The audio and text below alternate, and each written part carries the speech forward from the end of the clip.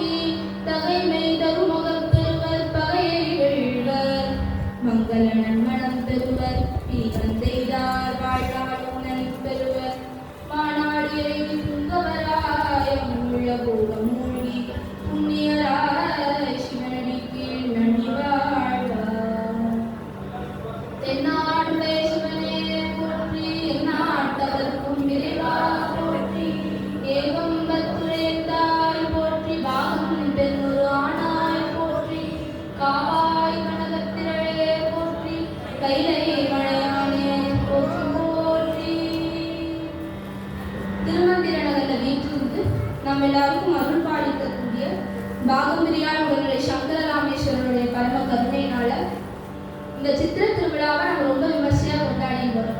அதுல இன்னைக்கு இந்த 9வது நாள் திருவிழா அன்னைக்கு மீனாட்சி திருக்கல்யாண வைபவத்தை அனுபவிப்போம். ஆதிசங்கர பகவத்பாதர் சண்மதங்களை ஸ்தாபிச்சார். என்னெல்லாம் கேட்டா சைவம், வைஷ்ணவம், சாக்தம், கானபத்தியம், கௌமாரம், சௌரியம்னு ஸ்தாபிச்சிருக்கார்.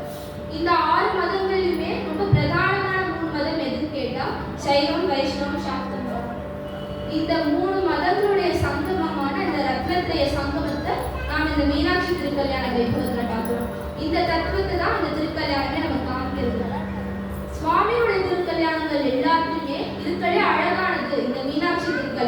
பெரியவா சொல்லியிருக்கிறார்.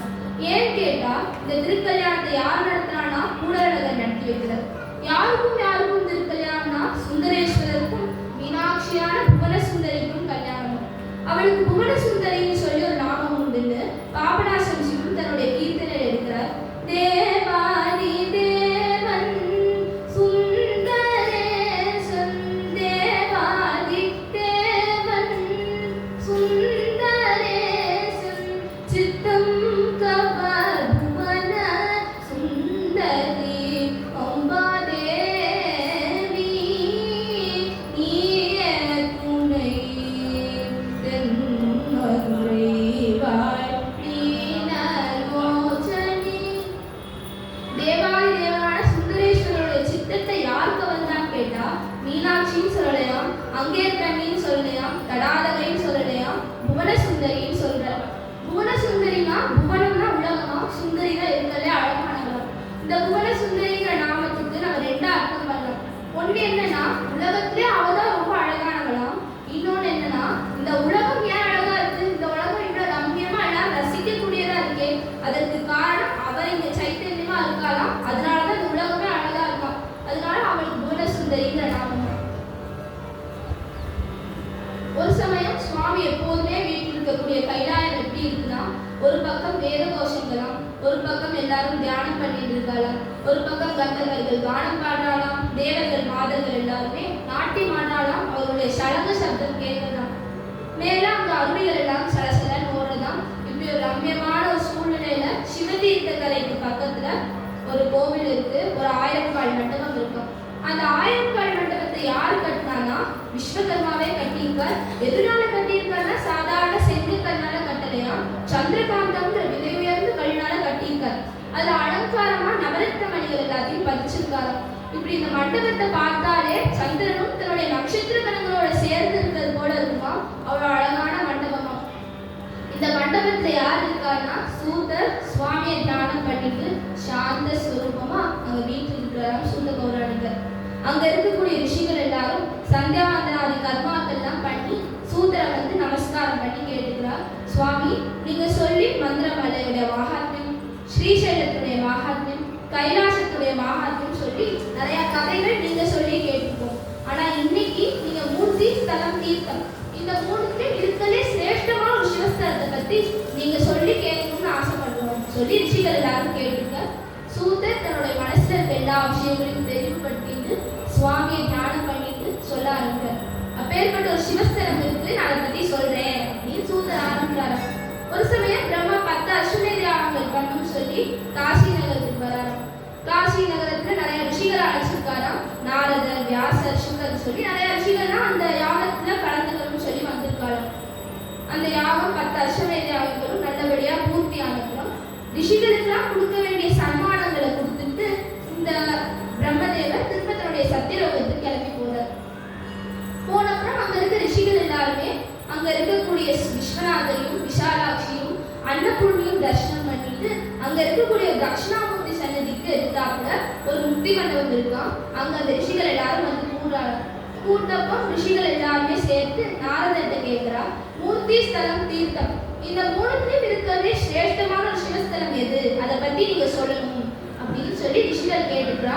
நாரதர் சொல்றார், நீங்க இதை வியாசர் சொல்லி கேட்கணும்னு சொல்லி வியாசர் அனுப்புறார். வியாசர்கிட்ட கேட்டா நீங்க இதை வந்து பொதிகை மலையில இருக்கக்கூடிய கும்பமுனியான அகஸ்தியர் சொல்லி கேட்கணும்னு சொல்லி அகஸ்தியர் அனுப்புறார்.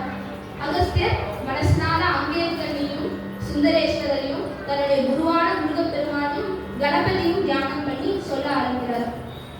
சுவாமி காந்த புராணத்துல சங்கர சங்கீதைய சுவாமியோடைய மடியில பார்வதி தேவியை உட்கார வச்சுட்டு பார்வதி மடியில முருகப்பெருமான் இருக்கார். அப்போ நிறைய விஷயங்கள் உபதேசம் பண்ணாரு. முருகப்பெருமான் அது எல்லாத்தையும் கேட்டுட்டு எனக்கும் உபதேசம் பண்ணார். அது எல்லாத்தையும் நான் உங்களுக்கு சொல்றேன் அப்படின்னு சொல்லி அகஸ்தியர் ஆரம்பிக்கிறார். அப்பேற்பட்ட ஒரு சிவஸ்தலம் எதுன்னு கேட்டா திருவாலவாய் தான். ஒவ்வொரு ஸ்தலத்துக்கும் ஒவ்வொரு பெருமை இருக்குமா. அப்ப இந்த மதுரைக்கு என்ன பெருமைன்னு கேட்டா, திருவாரூர்ல பிறந்தா முக்தி, காசியில மரிச்சா முக்தி, சிதம்பரத்து தர்ஷனம் பண்ணா முக்தி, திருவண்ணாமலையை நினைச்சாலே முக்தியம். அப்போ இந்த மதுரைக்கு என்ன பெருமைனா, மதுரைங்கிற வார்த்தையை காதால கேட்டாலே போதுமா நமக்கு முக்தி கிடைச்சிருமா. அப்பேற்பட்ட முக்தி தரும் திருவாலவாய்ன்னு சொல்லி பெரியவாளா சொல்லியிருக்கிறார். முருகப்பெருமானே சொல்றார், பூலோக சிவலோகம் சொல்லி மதுரை இப்பேற்பட்ட ஒரு மதுரை நகரத்துல சுவாமி தன்னுடைய 64 திருவிளையாடல்களையும் பண்ணார். அதோடு இல்லாம சுவாமி அங்க ஆண்டிருக்காராம். அப்பேற்பட்ட ஒரு ஸ்தலம் மதுரை தான் அப்படின்னு சொல்லி அகஸ்தியர் சொல்ல ஆரம்பிக்கிறார். ஒவ்வொரு காலத்துமே இந்த மதுரை நகரம் அழியும் போது இந்த மீனாட்சியும் சுந்தரேஸ்வரியும் திரும்ப புனர்பிரதிஷ்டை பண்ணி புனருத்தாரம் பண்றது அகஸ்தியருடைய காரியமாம். இப்படி அவர் தான் அவர்களுடைய குழுகுருவா எடுத்துட்டு வர்றாரு. அந்த காலத்துல மதுரைன்னு சொல்லி ஒரு தனி நகரம் கிடையாதான், கடம்பவனமா தான் இருந்ததாம். அப்படி அந்த ராஜாக்கள், பாண்டிய ராஜாக்கள் எல்லாரும் இந்த பாண்டிய தேசத்துடைய தலைநகரா மணவூர்னு சொல்லி ஒரு நகரத்தை வச்சு ஆண்டுட்டு வராங்க. அப்படி அந்த மணவூர்ல அந்த காலத்துல குலசேகர பாண்டியங்கிற ராஜா ஆண்டுட்டு வரானாம். அது ரொம்ப அவர் எப்படி ஆடுறாருன்னு கேட்டா மனுநீதிப்படி ஆட்சி பண்ணிட்டு வராராம். இந்த மதுரையுடைய மூர்த்தி ஸ்தலம் தீர்த்தம் வச்சு சொல்லணும்னு கேட்டா, இந்த மதுரையில இருக்கக்கூடிய மூர்த்தி எப்பேற்பட்டதுன்னா சிருஷ்டி காலத்துக்கு முன்புல இருந்தே அந்த மூர்த்தி வந்துட்டு இருக்காரு. சிருஷ்டி காலத்துக்கு முன்னாடி அப்படின்னு என்னன்னா, பிரம்மதேவர் அவதாரம் பண்றதுக்கு முன்னாடி இருந்தே அந்த மூர்த்தி இருக்கும். பிரம்மா அவதாரம் பண்ணணும்னா திருமாலோட நாபிகவனத்துல இருந்தாலே வந்தார். அப்போ பிரம்மாவதத்துக்கு முன்னாடி இருந்தே அந்த சுவாமி அங்க இருந்து வராராம். இப்படி அனாதி காலமா இருக்கிறாராம். நமக்கு ஒரு காலம் தெரியணுங்கிறனால சிருஷ்டி காலம் அப்படின்னு சொல்லி பெரியவா சொல்லியிருக்கிறார். அதனாலே திருவெம்பாவையில மாணிக்கவாசகர் அழகா சொல்றார், உன்னை பழம் உன்னை பழம் பொருளே அப்படின்னு அழகா சொல்றாரு இல்லையா. அப்பேற்பட்ட பழமையான சுவாமி இருக்காரோ அங்க ஸ்வயம்புலிங்கமா நமக்கு காட்சி கொடுக்கிறார். அப்பேற்பட்ட ஸ்தலத்தில் இருக்க தீர்த்தம் எல்லாம் பொற்றாமரை குளம். அந்த தீர்த்தத்தை யார் உருவாக்குனானா, சுவாமியே தன்னுடைய திரிசூலத்தினால குத்தி உருவாக்குன தீர்த்தமா. அந்த தீர்த்தத்தில் இருக்கக்கூடிய அந்த ஜலத்துல சுவாமியே அபிஷேகம் பண்ணி ஸ்நானம் பண்ணியிருக்காராம். அந்த தீர்த்தத்துல நாமளும் ஸ்நானம் பண்ணா நமக்கு எல்லா நோய்களும் போகும், எல்லா பாவங்களும் தீர்த்து நமக்கு புண்ணியம் எல்லாம் சேரும் அப்படின்னு சொல்றாங்க. ஆனா இப்போ நம்மளால அங்க ஸ்நானம் பண்ண முடியலையே, அப்ப அதுக்கு ஏதாவது வழி உண்டான்னு கேட்டா, தீர்க்கதர்சியான பெரியவா அன்னைக்கே சொல்லி வச்சிருக்கார், நம்ம அந்த ஸ்நானம் பண்ணவும் வேண்டாமா, அந்த தீர்த்தத்தை நம்ம கண்ணால தர்ஷனம் பண்ணாலே எல்லா பலனும் கிடைக்கும் அப்படின்னு சொல்றாராம். அதனால நம்ம அந்த குரு முதல்வர் துதியில பார்த்தோம்னா, காசி கேதாரம் புனிதி காவிரி கதியனும் சேது தாம்பூரணை மாசல் தீர்த்தத்துள்ளதோர் பழனும் மற்றும் எத்தனங்கள் சேர்ப்பழனும் புண்ணியம் யாவையும் கொடுக்கும் தேசிகன்கள் சத்தியமே ஞானி தரிசனை காணுவார் தமக்கே. காசி குமரின்னு சொல்லி ரொம்ப சிறந்த ஸ்தலங்களுக்கெல்லாம் போன ஒரு புண்ணியம். எல்லா திவ்யமா இருக்கக்கூடிய நம்ம பாரத தேசத்துல ஓடக்கூடிய எல்லா புண்ணிய நதிகள்ல ஸ்நானம் பண்ண புண்ணியம், சமுத்திர ஸ்நானம் பண்ண புண்ணியம், லிங்கத்துக்கு அர்ச்சனை பண்ண புண்ணியம் சொல்லி எல்லா புண்ணியங்களுமே நமக்கு எப்படி கிடைக்கும்னா குருநாதரை தரிசனம் பண்ணாலே கிடைக்கும். குருநாதரை வச்சு இந்த மூர்த்தீஸ்வரம் தீர்த்தம் எப்படி சொன்னான்னா, குருநாதர் தான் மூர்த்தியாம். குருநாதர் இருக்கக்கூடிய ஸ்தலம் தான் அங்க, குருநாதர் இருக்கிற இடமே ஸ்தலமா. அவருடைய கருணையான பார்வை தான் தீர்த்தமா. இப்படி அப்பேற்பட்ட குருநாதரை தரிசனம் பண்ணா எல்லாம் கிடைக்கும் போலவே இந்த பொற்றாமரை குலத்தை தரிசனம் பண்ணாலும் நமக்கு எல்லா பலன்களும் கிடைக்கணும். அப்படி குலசேகர பாண்டியன் அழகா ஆட்சி பண்ணிட்டு வர்றார். அப்போ அவர் எதா ராஜா ததா பிரஜா போல அங்க இருக்கக்கூடிய மக்களும் ரொம்ப தார்மீகமா இருப்பாளாம். எப்போதும் சிவபக்தியோட அந்த மக்களும் இருந்துட்டு வரலாம். அந்த மணவூர்ல பார்த்தா தனஞ்சயன் சொல்லி ஒரு வணிகர் இருக்காரு. அந்த வணிகர் எப்பேற்பட்டவர் கேட்டா, அவர் செல்வத்துக்கு தான் குறைச்சல் இல்லையா. அவர் எப்பேற்பட்ட செல்வந்தர்னா ராஜாவுடைய செல்வத்துக்கு நிகரான செல்வம் கொண்டவராம். அப்பேற்பட்ட செல்வந்தர், ஆனாலும் செல்வம் இருந்தாலும் ரொம்ப வினயமா இருப்பாராம். விதவிதமா சுவாமிக்கு பூஜைகள்லாம் பண்ணுவாராம். அவருடைய பக்தி எப்படி இருக்குன்னு கேட்டா, எப்படி அமாவாசைக்கு பௌர்ணமி வரைக்கும் நிலவு வளர்ந்துட்டே போகும், அது போல அவருடைய பக்தியும் நாளுக்கு நாள் வளர்ந்துட்டே போதாம். இப்படி ஒரு பக்தரா அழகா இந்த தனஞ்சயன் தன்னுடைய வாழ்க்கையை நடத்திட்டு வராராம். இவர் மாகேஸ்வர பூஜைனா அவருக்கு ரொம்ப பிரியமா மாகேஸ்வர பூஜை அனுஷ்டானம் பண்ணுவார். இந்த மாகேஸ்வர பூஜைக்கு ஏன் இவ்வளவு சிறப்பு பெரியவா சொல்லியிருக்கான்னு கேட்டா, இந்த மாகேஸ்வர பூஜையில நம்ம அடியார்களுக்கு கொடுக்கக்கூடிய ஒவ்வொரு வண்ணமுமே உள்ளிருந்து சுவாமிக்கு ஒரு அர்ச்சனையா இருக்கும். அதனாலதான் அதுக்கு இவ்வளவு சிறப்பை பெரியவா சொல்லிட்டு வராராம். இவரும் ரொம்ப ஸ்ரத்தையா அனுஷ்டானம் பண்ணுவார். திரைக்கடலோடையும் திரவியம் தேடுங்கிறது போல இந்த தனஞ்சயன் ஒவ்வொரு ஊரா போய் வணிகம் பண்ணிட்டு வராராம்.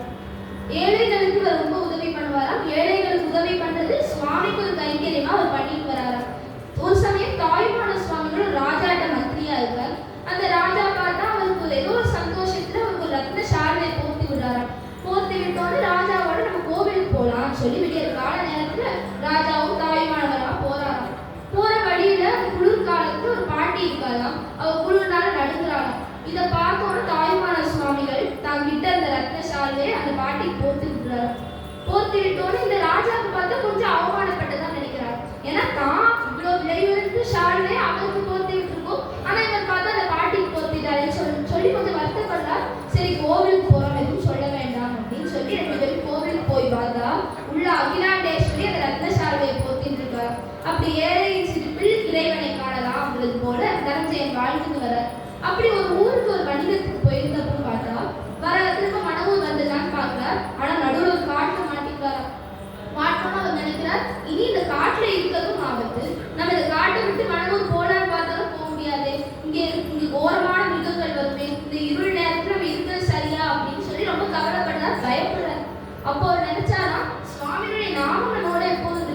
அப்படின்னு சொல்லி சிவாய நம கூறு மனமே அபாயம் அது அகல. சிவாய நம கூறு மனமே அபாயம் அது அகல. அவன் சகாயம் நமக்கு இருக்க வேறு உபாயம் நமக்கு. சிவாய நம கூறு மனமே அபாயம் அது அகல. இப்படி சுவாமியோட நாமத்தை ஜபம் பண்றாரு. அவர் நினைக்கிறார், இன்னைக்கு சோமவாரமா போயிடுச்சு, திங்கட்கிழமையா போயிடுச்சு, நான் இன்னைக்கு சிவராத்திரி நினைச்சுக்கிறேன், இன்னைக்கு முடிச்சது சுவாமியோட நாமத்தை ஜபம் பண்ணுவோம்னு சொல்லி சம்பு மகாதேவ தேவா சிவ சம்போ மகாதேவ தேவேஷ சம்போ சம்போ மகாதேவ தேவா இப்படி சுவாமியோட நாமத்தை ஜபம் பண்றாராம். மேல ராத்திரி ஆக ஆக ஓரமான மிருகங்கள்லாம் ஊன்ற சத்தம் கேட்கலாம். ஆனா அவர் எதை பார்த்து பயப்படலையா? அவர் சுவாமியை நம்பி அங்க உட்கார்ந்துருக்காரு. அப்போ பார்த்தா தூரத்துல இருந்து ஒரு வெளிச்சம் தெரியல. இந்த காடு எவ்வளவு அடர்ந்த காடுன்னு கேட்டா, காலையில சூரியன் இருக்கும் பொழுது கூட அங்க வெளிச்சமா இருக்காரா. ஒரு சில இடங்கள்ல தான் வெளிச்சம் தெரியும். அவ்வளவு அந்த அடர்ந்த காடுல இந்த நேரத்துல, இந்த மினிட்ல, இந்த இருள் நேரத்துல, இந்த ராத்திரி பொழுதுல ஒரு வெளிச்சம் தெரியுதே அப்படின்னு சொல்லி தனஞ்சயன் பார்க்கல. நம்ம என்னடா இருக்கும் அப்படின்னு சொல்லி பார்ப்போமேன்னு சொல்லி ஒரு ஆர்வத்தோட தனஞ்சயன் போறாராம். போய் பார்த்தா ஒரு இந்திர விமானமா. அந்த இந்திர விமானத்துல தேவர்கள் எல்லாம் இறங்குறாராம். இவங்க தேவர்கள் தானா, நம்ம கண்ணுக்குலாம் தெரியறாளேன்னு சொல்லி அவர் பார்க்கறாராம். பார்த்தா அந்த தேவர்களோட கண்ணெதும் சிவத்திலையாம், அவருடைய பாதம் பூமியில படலையாம். திவ்யமான ஆபரணங்கள் அணிஞ்சிட்டு இருக்கக்கூடிய தேவர்கள் மகுடம் தான் அணிஞ்சிட்டு இருக்காங்க. அவர்கள்லாம் கீழே இறங்குறாராம். எங்க போக போறாங்கன்னு பார்த்தா பக்கத்துல ஒரு அழகான குளமா, அங்க ஒரு சுவாமி சன்னதி இருக்கா. இதெல்லாத்தையும் தனஞ்சயன் பார்த்து நினைக்கிறார், இத்தனை வாட்டி இத்தனை தடவை நம்ம இந்த காடு வழியா வந்திருக்கோமே, ஒரு தினம் கூட நம்ம இந்த சுவாமி பார்த்ததில்லை, இந்த குளத்தை தரிசனம் பண்ணதில்லை, சுவாமி ஏதோ ஒரு காரணமா தான் தன்னை நிறுத்திருக்கார் அப்படின்னு சொல்லி தனஞ்சயன் எல்லாத்தையும் பார்க்கிறாராம். அப்போ தேவேந்திரன் கீழே இறங்கி வந்து எப்படி அந்த கிருதயுகத்துல எப்படி பூஜை பண்ணானோ அது போல பூஜை பண்றானோ, சுவாமிக்கு அபிஷேகம் பண்ணி பூஜைகள் தான் பண்றாரு.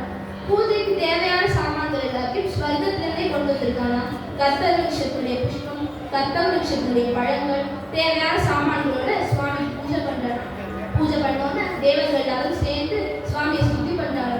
பாஹி பாஹி ஜகத் ரக்ஷகா சம்போ பாவக நேத்ரா சிவ சம்போ ஓ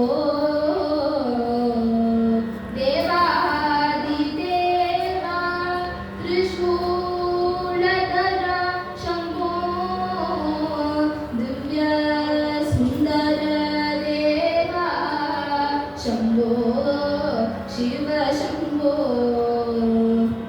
अत्रि सुता प्रिय वर शिव शंभो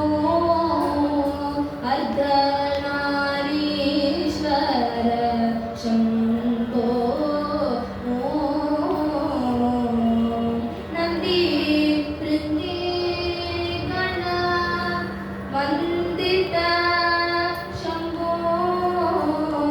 इंदु मकुटधर शंभो शिव शंभो भस्मनिर्मित परम पावन शंभो भवभय नाशन शंभो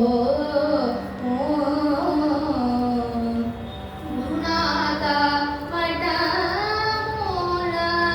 वासका शंभो गुरुदास पोषक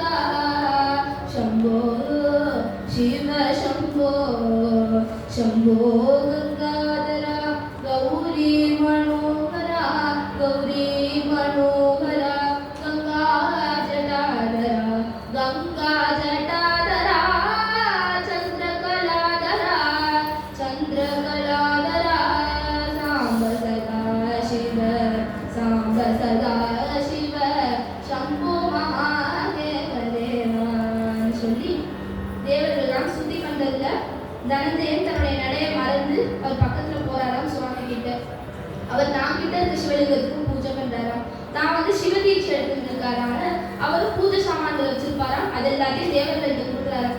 கொடுத்து அவர்களும் வாங்கிக்கிறாராம். அங்க இருக்கக்கூடிய சுவாமிக்கும் ஒரு புஷ்பம் போடுறாராம். இப்படி தேவர்கள் எல்லாருமே பண்ணக்கூடிய பூஜை எல்லாம் முடிஞ்சோடனே ராத்திரி பொழுது ஆனோன்னு அவர்கள் தன்னுடைய சொர்க்க லோகத்துக்கு கிளம்பி போறா. அவர் பார்த்து சிரிச்சுட்டு போயிட்டாராம். தனஞ்சயன் மேல மனவூர் வராராம். வந்தோட யார்கிட்டயா சொல்லணுமே அப்படின்னு சொல்லி ராஜாட்ட வந்து தனியா பேசுறாராம். நடந்த விஷயங்கள் எல்லாத்தையும் சொன்னோன்னு ராஜா எல்லாத்தையும் ஆச்சரியத்தோட கேட்கிறாங்க. கேட்டோட நீங்க அந்த சுவாமியை போய் தரிசனம் பண்ணணும் அப்படின்னு சொல்லி குலசேகர பாண்டியன் தனஞ்சயன் கேட்டுட்டு போயிடாரு.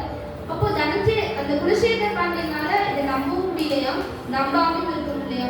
இப்படி ஒரு சுவாமி இத்தனை வருஷமா நம்ம மனவூர்ல இருக்கோமே, ஒரு தரம் கூட அந்த சுவாமியை பார்த்தது இல்லையே, உண்மையா சுவாமி இருப்பாரா, ஆனா அவர் பொய் சொல்ல போறது இல்லை அப்படின்னு சொல்லி எல்லாத்தையும் பாக்குறாராம்.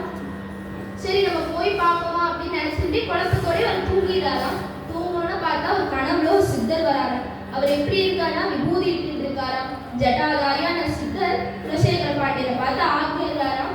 குலசேகரா காட்டு அழிச்சு நாட்டாக்கு அப்படின்னு சொல்லி மறைஞ்சிடுறாராம். அந்த சித்தரை பார்த்தோன்னா திரும்ப குலசேகர பாண்டியன் நினைச்சுக்கிறானா.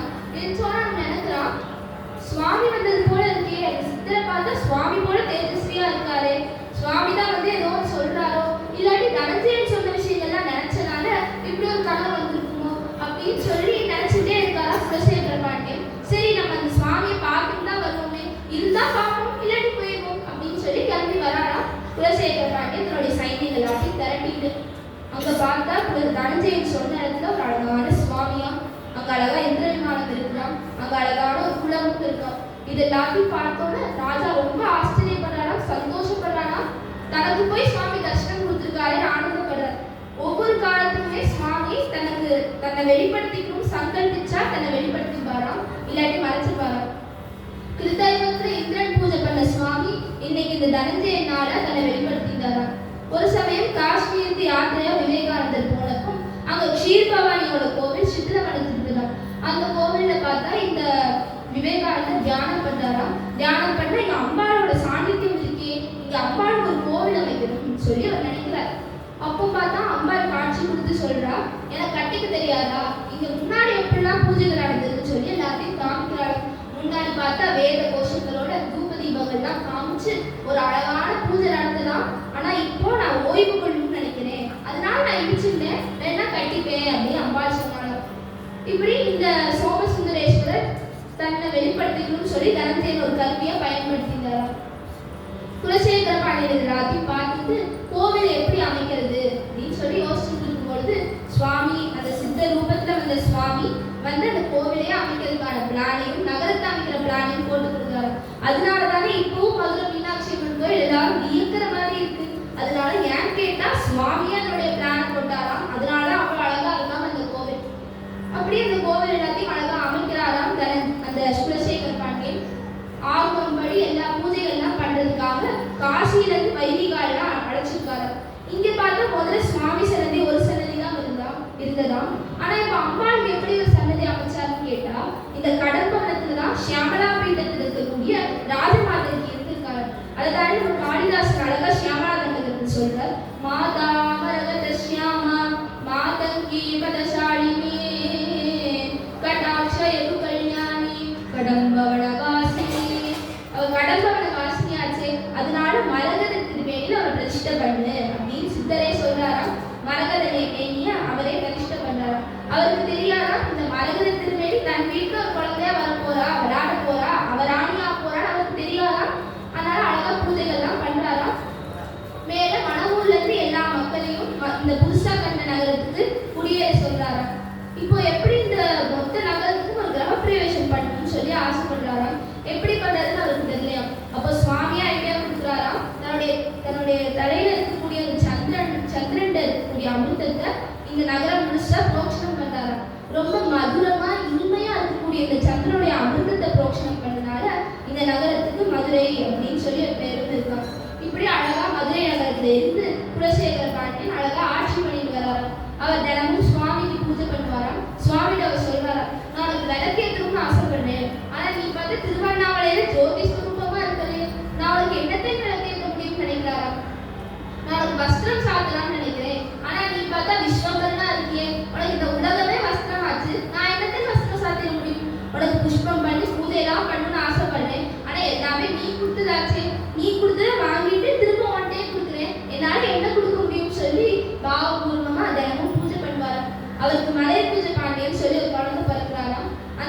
சுவாமிக்கு எல்லா விதமான கலைகளையும் கற்றுக் கொடுக்குறாங்க.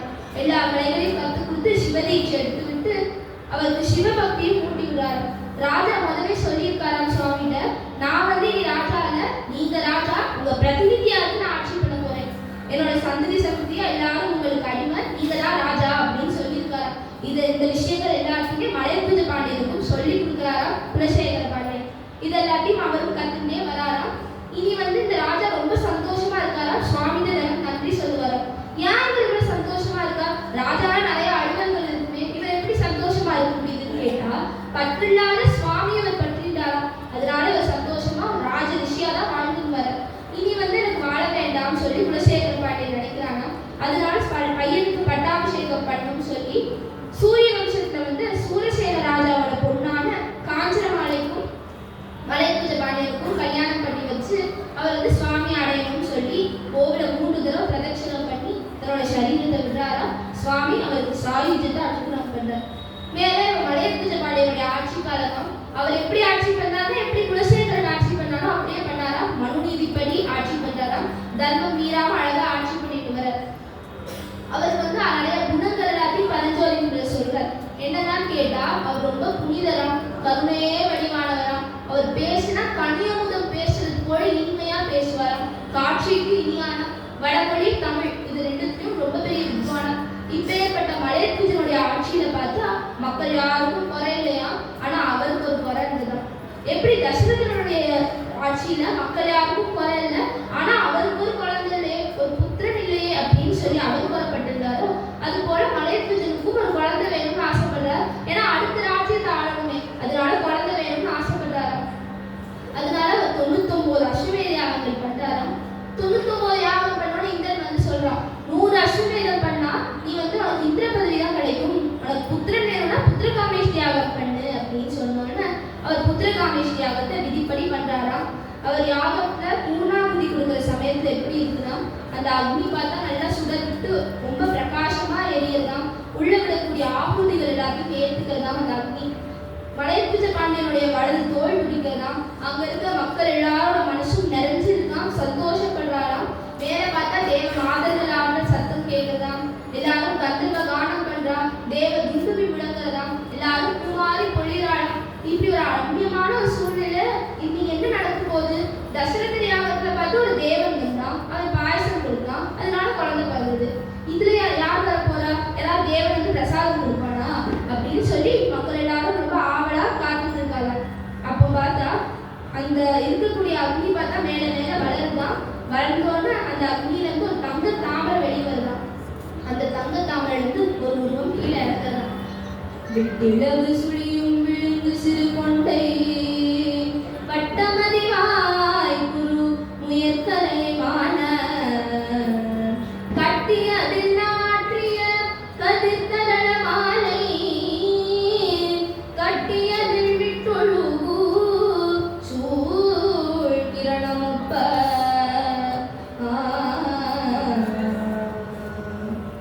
அவதரித்தாள் அன்னை பவபயம் தீர்க்க சிவரூபிணி அவதரித்தாள் அன்னை சிவநெறி செல்வம் மலையற்பதன் செய்த சிவநெறி செல்வம் மலையற்பதன் செய்த கமலிடை வேள்வியில் தடாலகையாக தவநிலை வேள்வியில் தடாலகையாக அவதரித்தாள் அன்னை. அது தங்க தாமரைக்கு ஒரு உருவம் வெளிவரலாம். எப்படி இருக்குன்னு கேட்டா, வட்ட முகமாம், மரகத மேனியாம், சுருள் சுருளான கேசங்கள்னால ஒரு சாய கொண்டை போட்டு இருக்கலாம். அந்த சாய கொண்டையில முத்து சரங்கள்லாம் தொங்கலாம். அழகான ஆபரணங்கள் அணிஞ்சிட்டு வளையல்கள் போட்டு இருக்கலாம். இடுப்புல மேக்கலை கட்டிட்டு ஒரு அழகான பீதாம்பரம் அணிஞ்சிட்டு இருக்கலாம். இந்த குழந்தை நடந்து வராளே, இவன் யார் அப்படின்னு மக்கள் எல்லாம் நினைக்கிறாளாம். பரஞ்சோதி அழகா சொல்றார், அவ சின்ன குழந்தை இல்லையா, அவதான் ஜெகன்மாதா, அவதான் அம்மாவா. அவ சின்ன குழந்தை ரூபத்துல 3 வயசு குழந்தை ரூபத்துல தலைநடை நடக்கும் பொழுது தலைமையில நடந்து வராளாம் அந்த குழந்தை. இவ யார்கிட்ட போறா அப்படின்னு சொல்லி மக்கள் எல்லாரும் பார்க்கும் பொழுது அவ மெல்ல நடந்து காஞ்சனமாலை மடியில வந்து உட்கார்ந்து அம்மா சொல்லி கழுத்தோட அணைச்சுக்கிறாளாம். அணைச்சோட காஞ்சனமாலையால கண்ணையே திறக்க முடியலையா. அவ எவ்வளவு ஆனந்தப்படுறான்னா, ஆழ்வார் எப்படி யசோதை என்ன ஆனந்தப்பட்டான்னு சொல்றாரு இல்லையா, தொல்லை இன்பத்துக்கு நிறுதி கண்டாள் யசோத அப்படின்னு சொல்லி எப்படி ஆழ்வார் சொல்றாரோ அவ்வளவு ஆனந்தப்படுறாளாம் காஞ்சனமாலை. மக்கள் எல்லாரும் சந்தோஷமா இருக்காளாம். காஞ்சனமாலையோட ஆனந்தத்துக்கு எல்லையே இல்லையா. ஆனா பார்த்தா ராஜாவுக்கு சந்தோஷம் இல்லையா. ஏன்னா ஒரு புத்திரன் பிறப்பான்னு நினைச்சா ஒரு ஆண் குழந்தைதான் ராஜ்யத்தை ஆள முடியுமே அப்படின்னு அவர் நினைச்சிட்டு இருக்காரு. ஆனா அந்த எழுத்தே இவதான் மாத்த போறாளாம், இந்த அம்மா தான் மாத்த போறா அப்படின்னு அவருக்கு தெரியாதா. அவர் நினைச்சிட்டு இருந்தா, அதனால அவர் இப்படி வருத்தப்பட்டாராம். சரி சுவாமி என்ன பண்ணாலும் ஒரு நன்மைக்கு தான் இருக்கும் அப்படின்னு சொல்லி அவர் நினைக்கிறார். சரின்னு சொல்லி குழந்தைய வாங்கி பார்த்தா அவ 3 ஸ்தனங்களோட இருக்காளாம் அந்த குழந்தை. இதை பார்த்தோட ராஜா இன்னுமே வருத்தப்படுறாராம். இவரால ராஜ்யத்தை தான் ஆள முடியாது, இவரை யார் கல்யாணம் பண்ணிப்பா அப்படின்னு ரொம்ப வருத்தப்படுறாராம். அப்போ மேல பார்த்தா ஒரு அசரீரி வாக்கு கேட்கிறான். அந்த அசரீரி வாக்கு சொல்லுது, கவலைப்படாத, இவ யாருக்கும் இணை இல்லாதவள், அதனாலதான் இப்படி அவ அவதாரம் பண்ணியிருப்பா. அவளை நீ ஒரு ஆண் குழந்தையாவே வளர்த்துட்டு வா, தக்க சமயத்துல தன்னுடைய பத்திய பார்க்கும் பொழுது எல்லாம் சரியாகும் அப்படின்னு சொல்லி அந்த அசரீரி வாக்கு சொன்னோன்னு மலையராஜ பாண்டியன் சமாதானம் ஆனாலும் மேல தன்னுடைய அரண்மனைக்கு போய் தான தர்மங்கள்லாம் பண்றானா. அவன் கட்டளைறான், 7 வருஷத்துக்கு மக்கள் யாரும் வரி கட்ட வேண்டாம், 7 வருஷத்துக்கு ராஜாக்கள் யாருமே கப்பம் கட்ட வேண்டாம். சின்ன சின்ன தப்பு பண்ணி சிறைக்கு போனவர்கள் எல்லாத்தையுமே ராஜா விடுதலை பண்ணி வைக்கிறானா. இப்படி அந்த குழந்தை பிறந்தது அவ்வளோ அழகா ராஜா கொண்டாடுறானா. மதுரையில இருக்கக்கூடிய கோவிலோட இல்லாம தேசத்துல இருக்கக்கூடிய தன்னுடைய பாண்டி தேசத்துல இருக்கக்கூடிய எல்லா கோவில்களையும் சிறப்பான பூஜை பண்ணணும்னு சொல்லி ஆணையிடுறாங்க. இப்படி தான தர்மங்களோட அந்த குழந்தைக்கு தடாதவை அப்படின்னு சொல்லி பெயரிட்டு வளர்த்துட்டு வராங்க. அம்பாள் பார்த்தா சின்ன குழந்தையா இருக்கும் போல தவழ்வாளாம், அவர் தொட்டில ஆடுவாளாம், மூஞ்சல் ஆடுவாளாம். கொஞ்சம் வளர்ந்த அப்புறம் கூட இருக்க குழந்தையோட விளையாடுவாளாம், மரப்பாச்சி பொம்மையோட விளையாடுவாளாம், சிறுவீடு கட்டுவாளாம். இப்படி காஞ்சனமால ரொம்ப ஆனந்தப்படுவாளாம். அவ பார்த்தா ஆனந்தத்துல எல்லையில இருக்காளாம். எப்படி வேணா ஹிமவானோட பத்தி வேண என்ன ஆனந்தப்பட்டாலோ அதே ஆனந்தத்தை காஞ்சனமால அனுப்பிச்சு வரா. மலையராஜ பாண்டியன் நிறைய அலுவல்கள் இருக்கிறதுனால அவர் அப்பப்ப கவலை வந்துச்சுன்னா அம்பாளோடைய விளையாட அந்த அழகை பார்த்து அவர் சந்தோஷப்படுவாரா. அவர் மனசுல சமாதானமாய் திருப்தி ஆவாரா. இப்படி அம்மா அப்பாவுக்கு ஆனந்தத்தை கொடுத்துட்டு அம்பாள் வளர்ந்துட்டு வராராம். மீனாட்சி பிள்ளை தமிழ குமரகுருபரர் அம்பாளோட பாலியலைகள் எல்லாத்தையும் அறிஞ்சிருக்கார். அப்படி ஒரு சமயம் குமரகுருபரர் மதுரையில குருவை தேடி வரார்.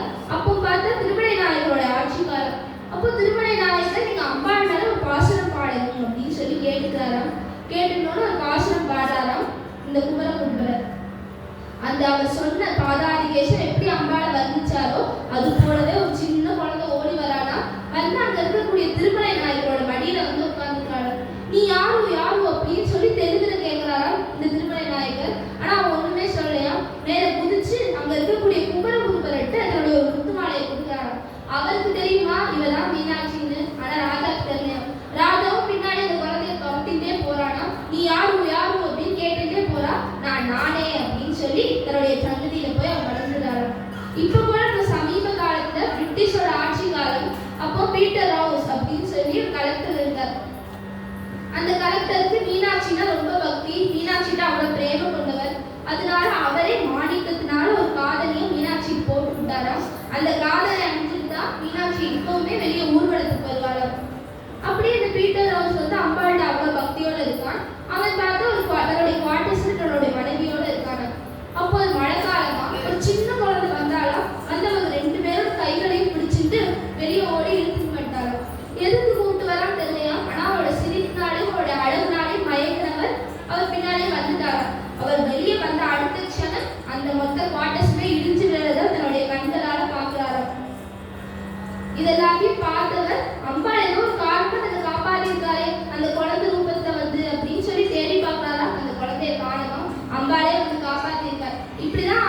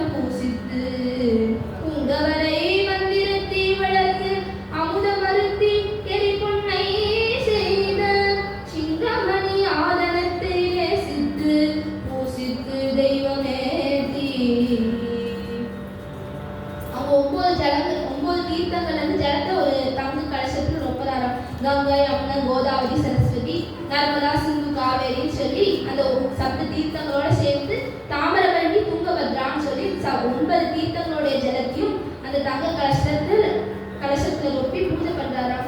அங்க இருக்கக்கூடிய சிம்மாசனத்துக்கு அபிஷேகம்லாம் பண்றாராம். கிரீடத்தை யானை மேல வச்சு ஊர்வலம் வர சொல்றானாம் ராஜா. அம்பாள் அழைச்சிட்டு வந்து அவளுக்கு குளிர நீராட்டி புது வஸ்திரம் சாத்தி விடுறானாம். சாத்தி விட்டோன்னா அம்பாள் வராளாம். அம்பாள் ராஜ்யசபையில வரும்பொழுது அவ எப்படி இருக்கான்னு கேட்டா ஒரு இளவரசியோட கம்பீரத்தோடையும் ஒரு பெண்ணோட ஒரு நளினத்தோடையும் அம்பாள் வராளாம். இப்படி வராளாம் அம்பாள் சபைக்குள்ள. அம்பாளுக்கு அந்த அழகான மணிமுகூட்டத்தை அணிஞ்சிருக்கிறாராம் ராஜா. அம்பாள் வந்து ராணி ஆயிட்டு அங்க இருக்கக்கூடிய அந்த பட்டத்து யானையில ஏறி அவ மதுரை ஃபுல்லா பவனி வராளாம். அவ மதுரையில பவனி வரும்போது எப்படி இருக்குன்னு கேட்டா மதுரையுடைய மயிலாமவள் அந்த அழகு எல்லாத்தையும் பார்த்து ராஜா சந்தோஷப்படுறானாம். அவன் நினைக்கிறான், நம்ம அன்னைக்கு போய் இப்ப தேவையில்லாம வருத்தப்பட்டோமே, இப்பேற்பட்டவர் தனக்கு பொண்ணா கிடைச்சிருக்காரு, இப்ப அவ ராஜ்யத்தையும் ஆடிட்டு இருக்கா, பட்டாபிஷேகம் ஆயிடுச்சு, அப்போ அவள் கல்யாணமும் சீக்கிரம் நல்லபடியா சுவாமியை நடத்தி வைப்பார் அப்படின்னு சொல்லி ராஜா சந்தோஷப்படுறாரு. இப்படி மகளின் பெருமையை உகந்து வானுலகம் அடைந்துச்சு பாண்டியன். பண்ண வேண்டிய பித்ருக்காரியங்கள் எல்லாத்தையும் அம்பாளே வச்சு செஞ்சு அவ வந்து ராஜ்யபாரத்தை வகிக்கிறாளோ. ராஜாக்கள்லாம் எரிச்சுக்கணும்னா எப்படி வேலை வாத்திய கோஷங்களோட எரிச்சுப்பாளோ அது போல அம்பாளுக்கும் எல்லா விதமான வாத்தியங்களும் எழுப்புவாளோ. அவ எப்படி எரிச்சுப்பான்னு கேட்டா உதுக்கின்ற செங்கதைன்னு சொல்லி எரிச்சுப்பாளாம். 2 தோழிகள் கண்ணாடி காப்பாளாம். 2 தோழிகள் அவளை வந்து ஸ்நானத்துக்காக அழைச்சிட்டு போவாளாம். இப்படி அழகா அம்பாள் எரிச்சோன்னா எல்லா மக்களுக்குலாம் வந்து தான தர்மங்கள் பண்ணிட்டு ஸ்நானத்துக்கு போவாளாம். ஸ்நானம் பண்ணிட்டு அவ தன்னோட சிவலிங்கத்துக்கு பூஜை பண்ணுவாளாம். அடுத்து அவ கோவிலுக்கு போய் சுவாமிக்கும் பூஜை பண்ணுவாளாம். அவளுக்கு எல்லாமே லீலை இல்லையா, அதனால அங்க இருக்கக்கூடிய மீனாட்சி சன்னதிக்கும் போய் தனக்கு தானே அம்பாள் பூஜை பண்ணிப்பாளாம். இப்படி ராஜ்யசபைக்கு வருவாளாம். வந்தோன்னா அவ நல்ல காம்பீரியத்தோட வர ராணி வருவாளாம். அவ அப்ப ராணி ஆகும்போது ரொம்ப பெரியவளா கிடையாதாம், சின்ன கன்னிகையாதான் இருக்காளாம். அதனாலதானே பாண்டிய தேசத்துக்கு கன்னிநாடுன்னு சொல்லி ஒரு பெயரும் உண்டாம். இப்படி அழகா அம்பாள் ராஜ்யம் பண்ணிட்டு இருக்காளாம். அங்க இருக்கக்கூடிய ராஜாக்கள் எல்லாரும் தன்னுடைய கிரீட்டத்துல பார்த்தா பூ சுத்திட்டு இருப்பாளாம். அவர்கள் வந்து அம்பாளோட திருவடிகளை வணங்குறது எப்படி இருக்குன்னு சொல்லி பரஞ்சோதி முனிவர் அழகா அதை ரசிக்கிறார்.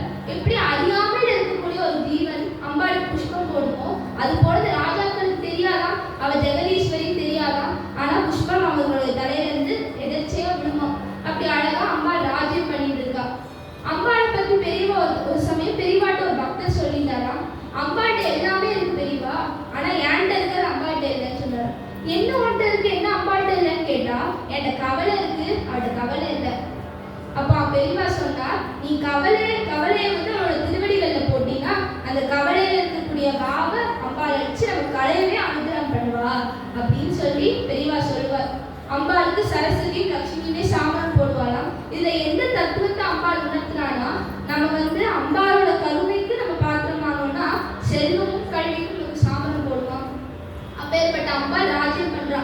இப்பேற்பட்ட ஒரு பொண்ணு சுவாமியை விட்டுட்டு வந்திருக்கா அந்த அம்பாள். அப்படி சுவாமியை விட்டுட்டு வந்து மலைப்பிஜனுக்கு பிறக்கிற அளவுக்கு அவன் என்ன அந்த தவம் பண்ணா, என்ன தர்மம் பண்ணா அப்படின்னு சொல்லி கும்பமுனியான அகஸ்தியர்கிட்ட ரிஷிகள் எல்லாரும் கேட்டுக்கிறாளாம். அவர் சொல்ற, மனிதனாகிய பூழியன் மகள் என இங்கு தனித்த காரணம் யாது என தமணிய பொதுவில் புனித்த சேவடிக்கு அன்புடைய சுடமுனி அருள் கூர்ந்து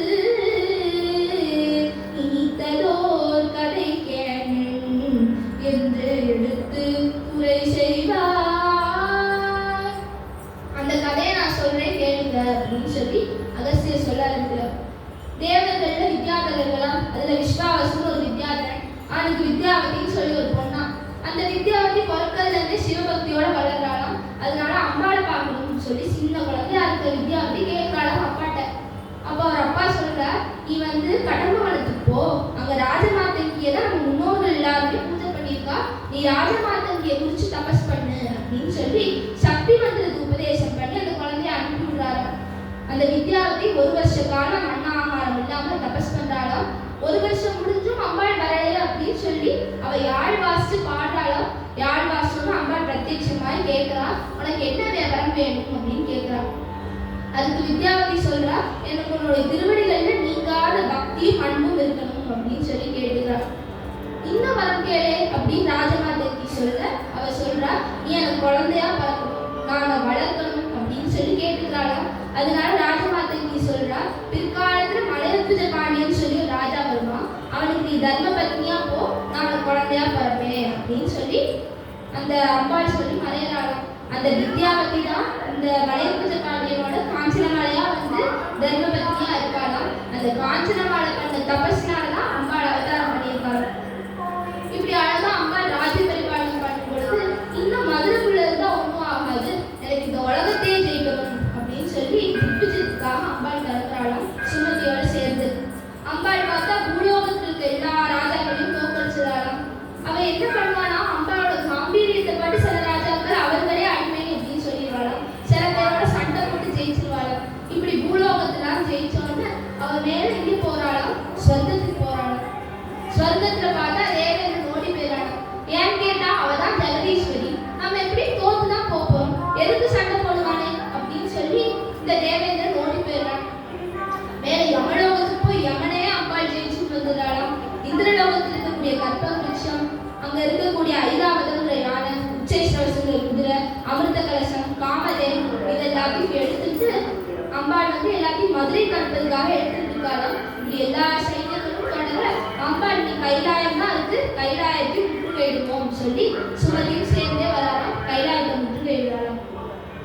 அம்பாள் வந்து இத்தனை இடங்களுக்கும் எதிர்த்து போனான்னு கேட்டா அவ ஜெயிக்கிறதுக்காக போனாலாம். ஆனா இங்க கைலாயத்துக்கு எதிர்த்து வந்திருக்கான்னா சுவாமினால அந்த ஜெயிக்கப்படுறதுக்காக வந்திருக்காளாம். சிவசக்தி ஸ்வரூபம்ங்கிறது பிரிக்கவே முடியாது, எப்போ சேர்ந்தே தான் இருக்காளாம். அன்பே சிவம், அருளே சக்தி. அன்பே உருவான சுவாமி இங்க கைலாயத்துல இருக்கார், அருளே உருவான சக்தி அவதாரம் பண்ணி இப்ப முற்றுகையிட்டு இருக்காளாம். அன்பு இருந்தாலும் நமக்கு அருள் கிடைக்குமா, ஆனா நம்ம அன்பா இருக்கணும்னா நமக்கு அருள் வேணுமா? அப்போ எது முதல்ல அப்படின்னு கேட்டா, அன்பே உருவமான ஞானிகளுடைய கருணைக்கு நாம பாத்திரமானோம்னா நமக்கு அருள் கிடைக்கும். அப்பேற்பட்ட அம்பாளை முற்றுகையிடுறாலும் அந்த அங்க இருக்கக்கூடிய பூதகணங்கள் எல்லாரும் நந்திய பெருமாட்ட சொல்ற, ஒரு கன்னிகை வந்து முற்றுகையிட்டு இருக்கா, என்ன பண்றது அப்படின்னு கேட்கிறார். நந்திய பெருமாள் எல்லாத்தையும் சுவாமிகிட்ட சொல்றாரு. உண்மையா தெரிஞ்சிருக்கணும்னா நந்திய பெருமாளுக்கே தெரிஞ்சிருக்கணும் இல்லையா, இவதான் அம்பாள்னு தெரிஞ்சிருக்கணும். ஆனா ஏன் தெரியல அப்படின்னு கேட்டா, அவதான மகாமாய அவர்களுடைய மாயேங்கிற வலையை போட்டு எல்லாத்தையும் மறைச்சிட்டாராம், அதனால யாருக்கும் தெரியலையா. நந்திய பெருமாள் சுவாமிகிட்ட வந்து சொல்லிக்கிறார், இப்படி ஒரு கண்ணிக்கு வந்திருக்கா, நாங்கள் என்ன பண்ணணும் அப்படின்னு சொல்லி கேட்கிறார். கேட்டோட சும்மா சண்டை போடு அப்படின்னு சுவாமி சிரிச்சுட்டே சொல்றாரு. சும்மா சண்டை போடணும் என்னன்னா, சண்டை போடணுமா, அடி கொடுத்தா வாங்கிக்கணுமா. இதை புரிஞ்சுக்கிட்ட நந்திய பெருமாள் போய் சண்டை போடுறாராம். சிவசைன்ய கடலும் சக்தி சைன்ய கடலும் ஒன்று கொண்டு மோதிக்கிறதாம். அங்க பார்த்தா அம்பாள் எப்பொழுது கூட ஜெயிச்சிடறாளாம். ஜெயிச்சோட கம்பீரமா ராஜாவா இருக்கும்னு சொல்லி நிற்கிறாளாம். நந்திய பெருமான் அங்க போறாராம் சுவாமி கிட்ட. சுவாமி தர்மமே வடிவான ரிஷப வாகனத்துல ஏறி அம்பாள் கிட்ட வராளாம். வந்தோட அழகா சிரிச்சுட்டே வராராம். அந்த ரிஷப வாகனத்துல இருந்து இறங்கி தன்னுடைய திரிசூலத்தினால ஊனிட்டு சுவாமி அங்க நிற்கிறார். ஒற்றை வார்கடல் சாரணம் பாம்பசைக்கு உடுத்துவன் புடித்தோடும்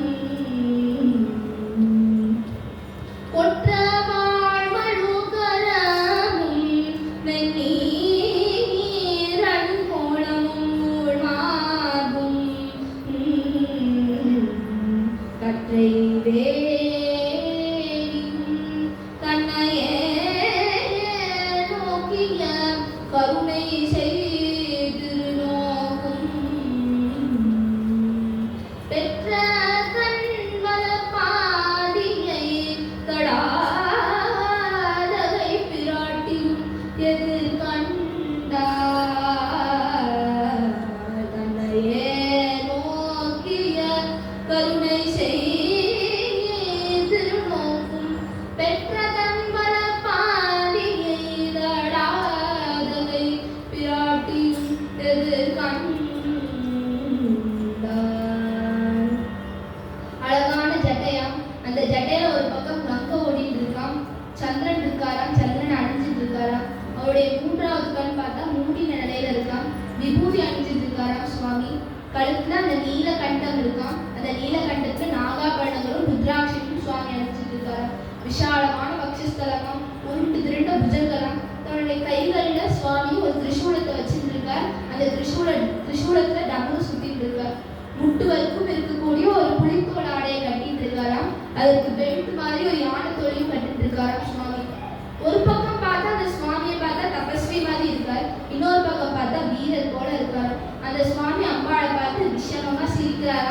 அம்பாளும் சுவாமியும் ஒருத்தருக்கு ஒருத்தர் பார்த்துக்கிறான்.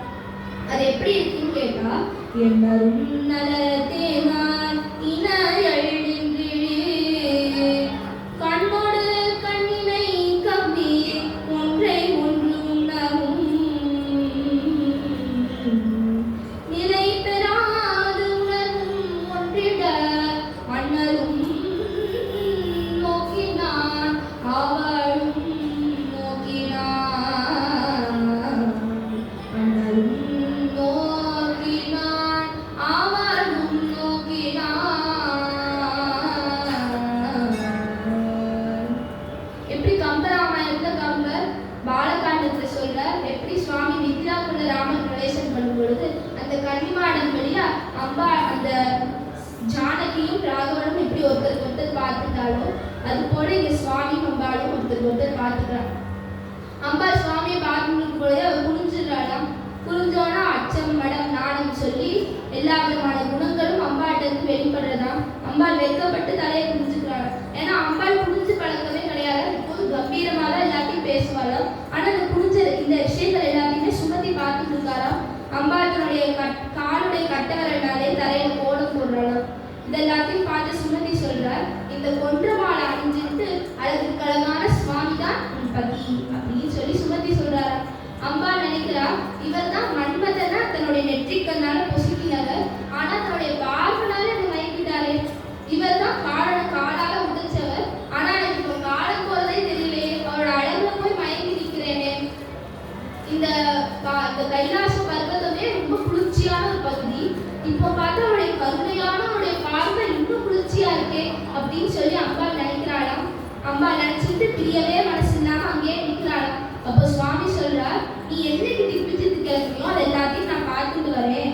நீ இப்ப மதுரைக்கு போ, நான் வரக்கூடிய சோமவாரம் உனக்கு திருக்கல்யாணம் பண்ணிப்பேன் அப்படின்னு சொல்லி சுவாமி அனுப்புறாராம். அம்பாளும் பிரியா அவளை கொண்டு அந்த சுமதியோட சேர்ந்து மதுரைக்கு வர்றாங்க. மதுரை மக்கள் எல்லாரும் சந்தோஷப்படுறாராம். நம்மளோட ராணி எல்லாத்தையும் ஜெயிச்சுட்டு வந்திருக்கா அப்படின்னு சொல்லி அம்பாளை வரவேற்கிறாராம் எல்லா மக்களும். அங்க இருந்து தேவலோகத்திற்கு கொண்டு வந்த எல்லா ஐஸ்வர்யங்களும் அம்பாள் மதுரை கொண்டு வராளாம். அங்க காஞ்சனமால ஆரத்தி எடுத்து வரவேற்கிறாள். அம்பாள் கிட்ட நிறைய வித்தியாசங்களை பார்க்கறாளாம். காஞ்சனமால எல்லா இடத்தையும் வெற்றி தானேமா அப்படின்னு கேட்கிறா. அதுக்கு உண்மை சொல்லியாம் சிரிச்சுட்டு தலை குனிஞ்சுட்டாராம். தலை குனிஞ்சே காஞ்சனமால பார்த்தது இல்லையா. ஆனா எல்லாத்தையும் பார்த்து ஆச்சரியப்படுறா. அப்போ சுமதி சொல்றா, நாங்க கைலங்கிரிக்கு போனோம், அங்க நடந்த விஷயங்கள் எல்லாத்தையும் சொன்னோட நான் இப்போ கல்யாண ஏற்பாடுகள் தான் பண்றேன் அப்படின்னு சொல்லி சுமதி மதுரை ஜனங்கள் எல்லாருக்கும் தண்டோரா போட்டு அறிவிக்கிறாரா. வரக்கூடிய சோமவாரம் நம்ம ராணிக்கு திருக்கல்யாணம் அப்படின்னு சொல்லி அறிவிக்கிறார். மக்கள் எல்லாரும் சந்தோஷப்படுறாங்க. மீனாட்சி கல்யாண வைபவமே நல்முத்து மணிகளாம் தோரணம் துங்க நவரத்ன மண்டபம் நகரெங்கும் என்ன மீனாட்சி கல்யாண வைபவமே. முத்துமணிகளால தோரணம் கட்டியிருக்காராம். ஒரு அழகான மண்டபத்தை 1000 கால் மண்டபத்தை அமைக்கிறார் சுமதி. படிப்பு மண்டபமாம், சந்திரகாந்தத்தினால விதானமாம், பவளத்தினால தூங்கலாம். இவ்வளோ அழகான மண்டபத்துல விளக்கு ஏற்றுமா. அதனால விளக்கு எதுனாலனா மாணிக்க விளக்காம். அதுல நவரத்ன மணிகள் எல்லாம் பதிச்சிருக்காங்க. இந்த விளக்க பார்த்தா இது பகலா இரவானே தெரியலையா. அவ்வளவு பிரகாசமா மதுரையே இருக்காம். ஜொலிக்கிறதா மதுரை. அடுத்து சுமதி பண்ற பசும் பொன் தண்டினில் மரகத இலைகள் பழவித பழங்களாம் பவழத்தின் குழைகள் மீனாட்சி கல்யாண வைபவமே. சாதாரண கல்யாணங்கள்ல வாழைமர தோரணம் கட்டுவா. ஆனா அம்பாளியான ஜெகதீஸ்வரி. அவ லோகாயணமா பார்த்தா மகாராணி, நிஜஸ்வரூபத்துல பார்த்தா ஜெகதீஸ்வரி ஜெகன்மாதா. அப்ப அவ கல்யாணம் ரொம்ப எல்லாத்தோட வித்தியாசமா இருக்கும்னு சொல்லி சுமதி தங்கத்தினால வாழைமரமாம், அது மரகதத்தினால இலைகளாம், பவளத்தினால பழங்களாம், இப்படி அழகா வாழைமர தோரணம் கட்டுறாராம். பூவோடு தன்பணி சிந்துவர் மாந்த பொறியோடு பொற்சுண்ணம் வீசுவாரெங்கும் மீனாட்சி கல்யாண வைபவமே. மக்கள் எல்லாரும் புழுதி அடக்கிறதுக்காக பன்னீர்னாலே தொழிக்கிறாராம். வாசமுள்ள பன்னீர் தொழிச்சு புழுதி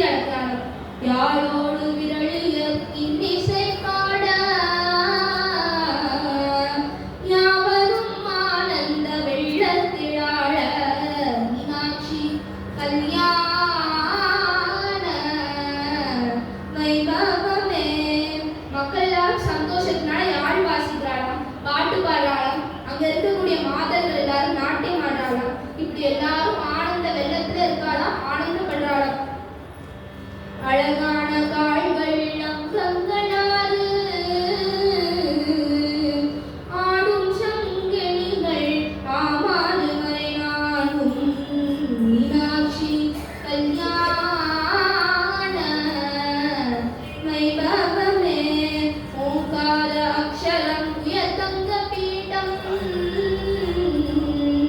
உலகெல்லாம் உயிர்க்கும் சிவசக்தியாட மீனாட்சி கல்யாண வைபவமே.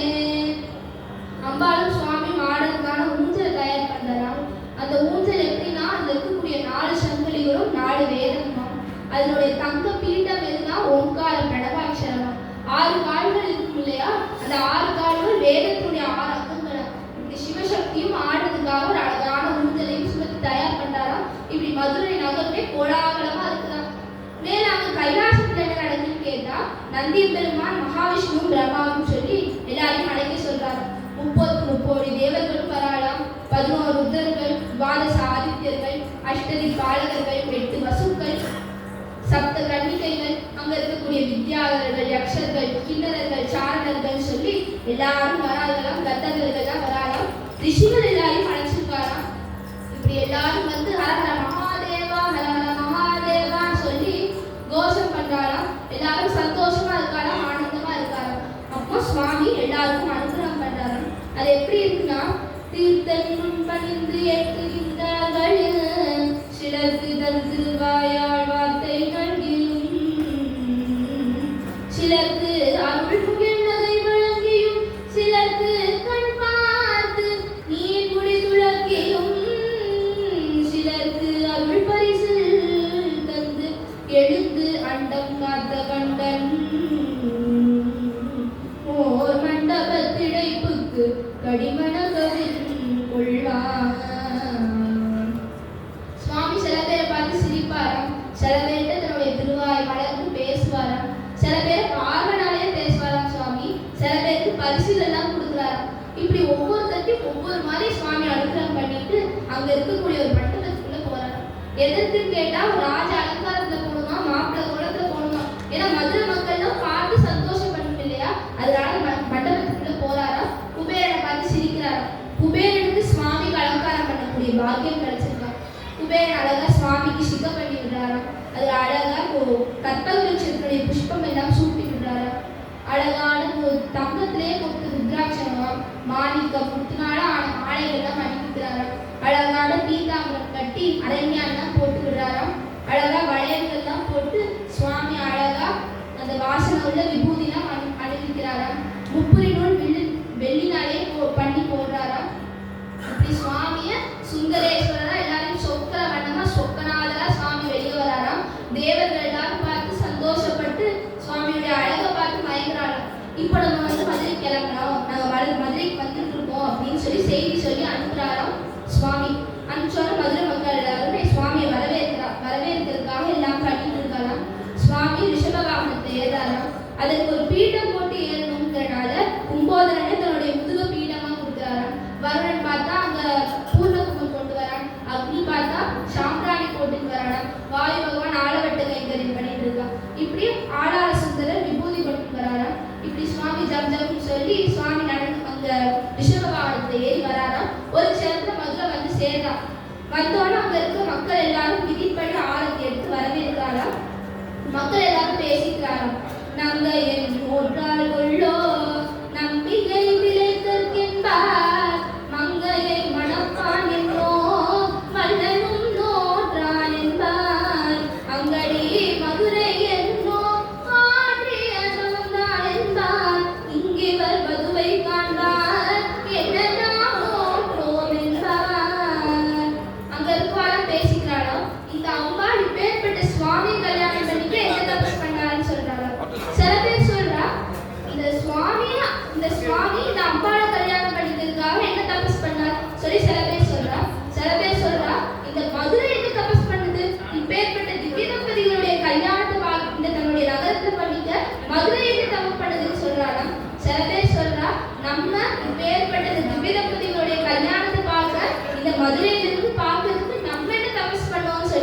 எல்லாரும் பேசிக்கிறாராம்.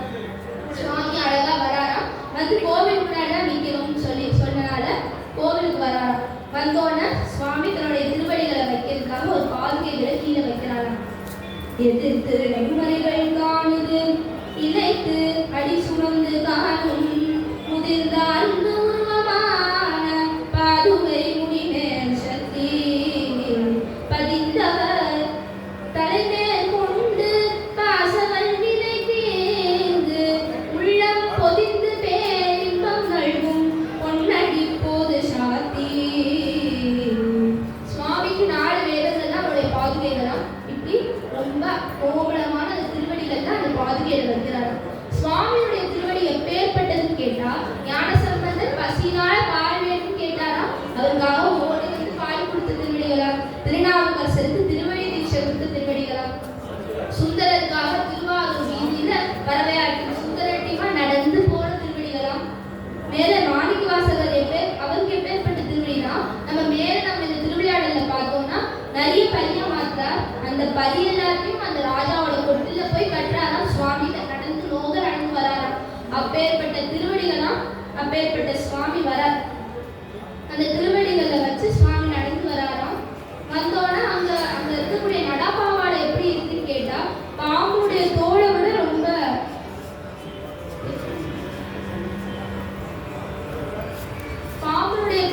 ரொம்ப மென்மையான ஒரு நடப்பாவாடையா. அதுல பரஞ்சோதி நடந்தா சொல்றார், காம்பாஞ்சு வாசனுள்ள புஷ்பங்கள்லாம் அரைச்சிருக்கான். அப்படி அந்த திருவடி நோங்க சுவாமி நடந்து வராராம். காஞ்சன மாலை வந்து அம்பாளுக்கு வரவேற்கிறாராம். மங்களம் ஓடும் காஞ்சன மாலை வந்து கங்கையின் குந்த சென்றும் கரக நீரையார் பார்க்க திங்களும் கண்ணி மேந்த சிவபரம் ஜோதி பங்கையம் விளக்கி அந்நீர் தலை பெய்தி வருகின்றார். காஞ்சனமாலை சுவாமிக்கு பாத பூஜை பண்றாராம். பாத பூஜை பண்ணி அந்த சிவபாத தீர்த்தத்தை புரோக்ஷனம் பண்ணி சுவாமியுடைய திருவடிக்கு சந்திரத்துக்கு முன்னாடிட்டு புஷ்பம் சாத்தி அவர் பிரார்த்தனை பண்றாராம். ஐஸ்வர்யமான என்னுடைய பொண்ணான அந்த தடாதகையை நீ ஏற்கிட்டு இந்த மதுரையை நீ ஆண்டு எல்லாருக்கும் க்ஷேமத்தை கொடுக்கணும் அப்படின்னு சொல்லி அம்பா அந்த காஞ்சனமாலை சுவாமியிட பிரார்த்தனை பண்றாராம். சுவாமியும் தலையாட்டி சரின்னு சொல்றாராம். மேல அங்க பார்த்தா அம்பாளுக்கு எல்லாரும் மங்களஸ்தானம் பண்ணி வைக்கிறாராம்.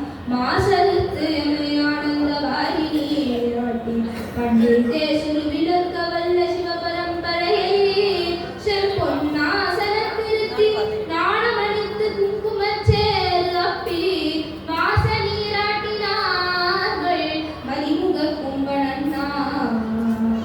இப்படி அம்பாளுக்கு மங்களஸ்தானம் தான் பண்ணி வைக்கிறார். மகாலட்சுமி சரஸ்வதியுமே அம்பாளுக்கு அலங்காரம் பண்ணி வைக்கிறாள். நெத்திச்சூடிலிருந்து கீழே நூப்புறம் வரைக்கும் சர்வாகரண குஷிலே அம்பாள் வராளாம். அம்பாள் ரொம்ப இனிமையா பேசுறதுனால ஒரு கிளியும் வச்சிருக்காளாம். அம்பாவுடைய முகமே சந்திரன் போல இருக்கான். ஏன்னா அவளே சந்திரமண்டல மத்தியஸ்தா இல்லையா. அம்பால பௌர்ணமி அன்னைக்கு நம்ம பூஜை பண்ணுவோம்னா நம்மளுடைய மனசு சாந்தியாகும் அடங்கும் அப்படின்னு சொல்லி பெரியவா சொல்றார். அப்பேற்பட்ட சந்திரமண்டல மத்தியஸ்தியான அந்த தடாதகை நடந்து வராளாம். அவ எப்படி வரான்னு கேட்டா, சந்திரவள்ளி தடை சோபனம் என்று வாழ்த்தி வந்திருக்கையும் தங்கள் மாதரில் கைகள் ஈட்ட ஒந்தவில் கோதை மாதும் அரமையா குடிகொண்டேதும் தொங்கலில் செங்கை பற்றி எழுத்தனல் மறைகளாற்ப. அம்பாளோட ஒரு கரத்தை அழைமகளும் இன்னொரு கரத்தை கலைமகளும் பற்றி இருக்காளாம். இந்திராணி பார்த்தா தாம்பூலம் கொடுக்குறா. ரொம்ப தாம்பூலத்தை உருளை கட்டி கொண்டு வராளாம். ரொம்ப இது பயணத்தை வந்து மங்கள பொருட்கள்லாம் கொண்டுட்டு வராளாம். இப்படி அம்பாள் வெட்கத்தோட வந்து சுவாமி பக்கத்துல அமர்றாளாம். இப்பேற்பட்ட மங்களமயமா இருக்கக்கூடிய இந்த அம்பாளை பார்த்தா நமக்கு எல்லா விதமான மங்களமும் உண்டாகும் சொல்லி யார் சொல்றான்னு கேட்டா, செம்மலராளோடு நாமகள் தேவி கைவளர் பற்றின கல்வியோடாகம் இம்மையிலே தருவார்க்கு இது போது என்று அம்மனின் புறமாற்ப நடந்தார். அந்த நூப்புறம் இது எல்லாத்தையும் சொல்லிட்டு வருதான். இப்படி அம்பாள் வந்து சுவாமி கிட்ட உட்காராரு. சுவாமி அம்பாளும் எப்படி இருக்கானா, அன்பும் தர்மமும் போல இருக்காரா. ஸ்ருதியும் தாளத்தையும் எப்படி பிரிக்கவே முடியாதோ அது போல சுவாமி அம்பாளும் இருக்காரு. சுவாமி அம்பாளும் ஒருத்தருக்கு ஒருத்தர் மாலை மாத்திக்கிறாளாம். மாலை சூட்டினாள் மணமாலை சூட்டினாள் மலையர் பஜன்யாகத்தில் மணிமகளாய் வந்து தித்த மலைமகள் மீனாவித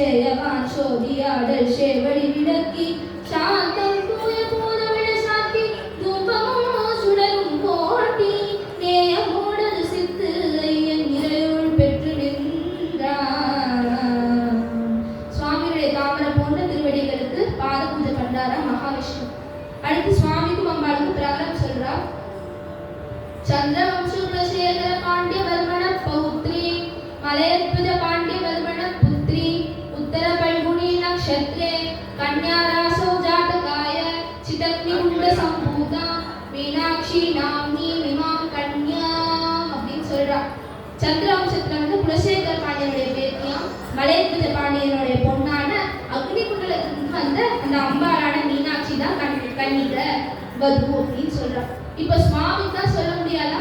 பெரியவாளாலும் நிந்தாஸ்துதியா சொல்லுவா. அவருக்கு அம்மாவும் இல்லையாம் அப்பாவும் இல்லையாம், அதனாலதான் அவர் எல்லாத்தையும் அடிவாங்கிட்டு இருக்காரா அப்படி நிந்தாஸ்துதியா பெரியவா சொல்லுவார். இப்போ பக்தர்கள் எல்லாரும் சேர்ந்து அப்படியே ஃபீல் பண்றா. ஆதிமத்யாந்தரஹித சச்சிதானந்த பரபிரம்ம ஸ்வரூபாய ஆத்ராண க்ஷத்ரே மிதுனராசௌ ஜாதகாய சோமசுந்தரேஸ்வராய வராய. அப்பேற்பட்ட சோமசுந்தரேஸ்வரர் தான் இங்க வரணும் அப்படின்னு பிரபலம் சொல்றார். மேல பெருமாளே பாணிகிரானம் பண்ணி வைக்கிறார். பாணிகிரானம் பண்ணும்போது அது எப்படி இருக்குன்னா, ஸ்வர்ணமயமான சுவாமியுடைய கரங்கள்ல மரகதமயமான அம்பாவோட கரங்களை சேர்த்து வைக்கிறாராம். இப்படி பெருமாளே திருக்கல்யாணத்தை நடத்தி வைக்கிறார். மேல சுவாமிக்கு யாராவது அக்ஷரம் போடுமா? யார் போட முடியும்? அவர் தான் எல்லாருக்கும் பெரியவராச்சே. ஆனா சுவாமியை தானே சொல்றார், நான் அடியாருக்கும் அடியேன்னு சொல்லியிருக்கார். அதனால அடியார்கள் எல்லாருமே அக்ஷரே அவருடைய திருவடிகள்ல போடுறாராம். மேல சுவாமிக்கு பாடும் பழமும் நைவேத்தியம் பண்றாராம். அடுத்து சுவாமி அம்பாளுக்கு திருநாள் சாத்தி விடுறார். சுற்றும் நான்மறைகள் ஆற்ப துரியம் சங்கமேங்க கற்ற நான்கள் தோன்றி சடங்கு நூல் கரைத்து ஆற்றார் முற்ற மங்களனார் சாத்தி முழுதுலகு ஈந்தார் செங்கை பற்றினன் பற்றினார்கே வீடருள் பரமயோகி. சுவாமி எப்பேற்பட்டவர்னா பற்றில்லாதவர்களுக்கு தன்னுடைய சிவலோகத்தை கொடுப்பாராம். அப்பேற்பட்ட பற்றில்லாத சுவாமி அம்பாளோட கரங்களை பற்றாராம். மேல ராஜகோமத்துல பொறி போடுறாராம். சுவாமி அப்படி இருந்துச்சு அருந்ததி பார்க்கணும் அப்படிங்கிற சடங்கு நடத்துறான். இங்க பார்த்தா அருந்ததியை நேரில் வந்திருக்காராம். அருந்ததியை பார்த்து சுவாமி அம்பாளும் அவர்களுக்கு அனுகிரகம் பண்ணார். சுவாமி அம்பாளும் அந்த குஞ்சல ஆடுறாராம். சீரார் பவழுங்காய் முத்தம் கயிறாக ஏராடும் படகை ஏதி நிலமது நாராயணன் அறியா நான் மலர்த்தாள் நாயடியேற்கு மூணாக தந்தருளும் உத்தர கோசமங்கை யாராமூதி அருள் தாளினை பாடி போராட்டம் கரமடவில் பொன்னூசல் காடாமோ பொன்னூசலாடாமோ. இப்படி திவ்ய தம்பதிகள் அந்த ஊஞ்சல் ஆடுறா. நம்ம மனசுல ஊஞ்சல்ல திவ்ய தம்பதிகள் எப்போதும் வீட்டிலிருந்து நமக்கு எல்லா விதமான மங்களங்களும் தரணும்னு சொல்லி நம்ம சுவாமி முன்னாடி பிரார்த்தனை பண்ணிட்டோம். நாயரின் ஒரு பொருளாக நயந்து வந்தது அப்படின்னு பட்டர் சொல்றது போல எனக்கும் இந்த திருக்கோவில்ல பேசுறதுக்கு பேச அழைச்ச கோவில் நிர்வாகத்தில் இருக்க எல்லா பெரியவாளுக்கும் என்னுடைய நமஸ்காரங்கள். இவர் நேரம் கூடியிருந்து பொறுமையோட கேட்ட அடியார் பெருமக்களுடைய திருவடிகளை வணங்கி இந்த திருக்கல்யாணத்தை பூர்த்தி பண்ணிட்டேன். வழுகுக வேக வேண்டி வழங்குக சுற்று வாரம் பழுகுக பரங்கலெங்கும் பரவுக அரங்கலிங்கம் நல்குக உயிர்கட்கெல்லாம் நான்மறை சைவம் ஓங்கி பழுகுக உலகமெல்லாம் புறவளம் செங்கோல் வாழ்க. நம பார்வதி பதயே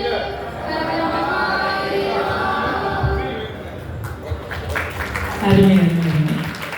இவ்வளவு நேரம் மிக அருமையாக அன்னை மீனாட்சி திருக்கல்யாணத்தை இந்த குழந்தை பேசுனது பார்க்க எப்படி இருந்ததுன்னா, அந்த குழந்தை சொன்னது போல அம்பாள் வேள்வியிலேருந்து வந்தப்போ எப்படி இருந்தாலும் அந்த பட்டுப்பாவாடெல்லாம் போட்டு அந்த மாதிரி ஒரு சின்ன குழந்தை வந்தது. அன்னை மீனாட்சியே வந்து பேசுன மாதிரி அவ்வளவு அழகாக அந்த குழந்தை பேசுது இல்லை. அழகாக ஒரு பச்சை கலர் பாவாடை போட்டு அம்பாள் வரும்போது எப்படி இருந்தால் இப்படி தான் வந்திருப்பா போல அந்த அளவுக்கு அருமையாக அந்த குழந்தை பேசியது. இந்த வயதுல காந்த புராணத்துல சொல்லப்பட்ட சாங்க சங்கீதையிலிருந்து ஆரம்பிச்சு தனஞ்சயனை தொட்டு இவ்வளவு தூரம் இந்த குழந்தை வந்திருக்கிறது என்று சொன்னால், இந்த குழந்தைய விட்டா இன்னும் பேசிட்டே இருப்பா போல அவ்வளவு கண்டென்ட் உள்ள இருக்கு. அதனால இந்த குழந்தை மென்மேலும் வளர்த்து வர வேண்டும். அதற்கு நம்முடைய அன்னை பாகம்பிரியாளும் அவள் சொன்னது போல கடம்பவன வாசனையாக இருக்கக்கூடிய அன்னை மீனாட்சி மீனாபலோக்ஷனி ராஜ மாதங்கி உங்களுக்கு அருளை வாரி வாரி வாரி வாரி வழங்க வேண்டும். உங்கள் அனைவர் ஆசீர்வாதம் இருக்க வேண்டும் என்று சொல்லி மீண்டும் ஒரு பலத்த கரகோஷம் இருந்தாரு. உங்களை அன்போடு கேட்டுக்கொண்டு இந்த குழந்தையை திருக்கோவிலின் சார்பாக, குழந்தையே சொல்லக்கூடாது, ஆன்மீக சொற்பொழிவாளர் ஸ்ரீ சஞ்சீவனி அவர்களை திருக்கோவிலின் சார்பாக கௌரவிப்பதற்காக வஉசி நற்பணி மன்றத்தை சார்ந்த ஐயா திரு செந்திலாரம் அவர்களை விழா மேடைக்கு அன்போடு அழைக்கிறோம்.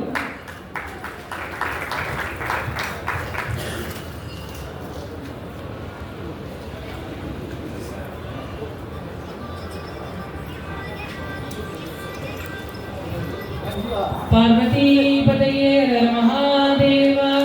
நம்முடைய சைவ சித்தாந்த சபையின் அமைச்சர் திரு டி. தேவநாயகம் நாச்சி அவர்களை கௌரவிக்குமாறு பணிவோடு அழைக்கிறோம். ரோட்டரி கிளப்பை சார்ந்தவர்